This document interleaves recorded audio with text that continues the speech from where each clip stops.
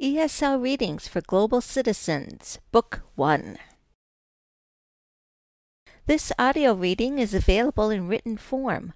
Look for the ebook ESL Readings for Global Citizens, Book 1 by L.M. Peralt, published through Smashwords. Suggestions for ESL learners. Listen to the audio track and then complete the activities. Note that Task 6 requires a speaking partner. If necessary, listen to the main reading several times. Compare your answers to the suggested responses found on the last few slides. A brief history of games of chance. A brief history of games of chance. Around the globe, individuals from diverse cultures spend many hours playing online video games. The assortment is varied and includes virtual gambling and interactive mock warfare. With such a selection of web-related activities to enjoy, one might think that simple board games would have lost their popularity. However, board game cafes, where strangers come together for friendly matches, have sprung up recently in Asia, Europe, and North America. As we shall see, board games and other games of chance and skill have a long tradition. Some of the oldest and most ornate board games discovered were actually those found during the excavation of King Tutankhamun's burial chambers. The boy king's possessions were dated from when he ruled Egypt in the mid-1330s BCE. One elaborate ivory board discovered is the game of 30 squares, or Senet. According to Tristan Donovan, similar board games have been dug up in the region, with some dating back to at least 3000 BCE.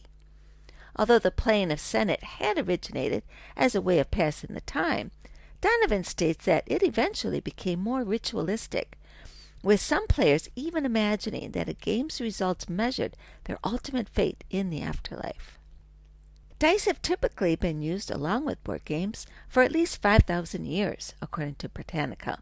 The tossing of these numbered cubes ensures randomness to outcomes. It is thought that dice evolved from the ancient practice of divination. As life is full of uncertainty, some societies would go to any lengths to try to predict the future. Diviners would toss small bones or sticks into a fire and watch them crack.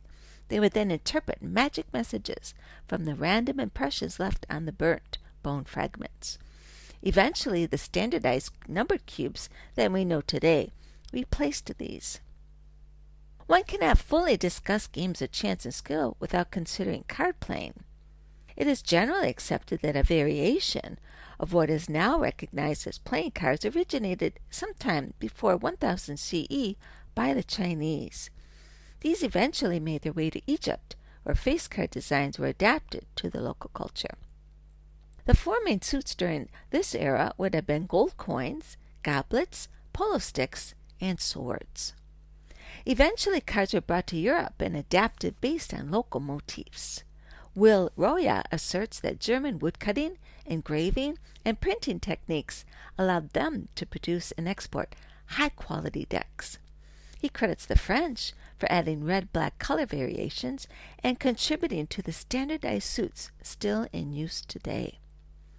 So, regardless of whether you prefer boards, dice, or cards, or perhaps games that incorporate all three, there is a good chance that they helped amuse our ancestors for millennia. It is interesting to imagine how future generations might adapt gameplay going forward. Listen for main idea and details. Number 1. What is the main idea of this reading? Number 2. Based on context, what does ornate mean? Number 3. Why did seers throw bone fragments or sticks into a fire? Number 4. How were decks of playing cards adapted in their journey from China to Egypt to Europe? Right. Number 5. In your own words, write a one-sentence summary of the reading. Discuss the topic. Number 6. Think about modern games of chance and skill. Which are the most popular? What will future generations learn about us when they discover our games? Take a few notes and then discuss with a partner.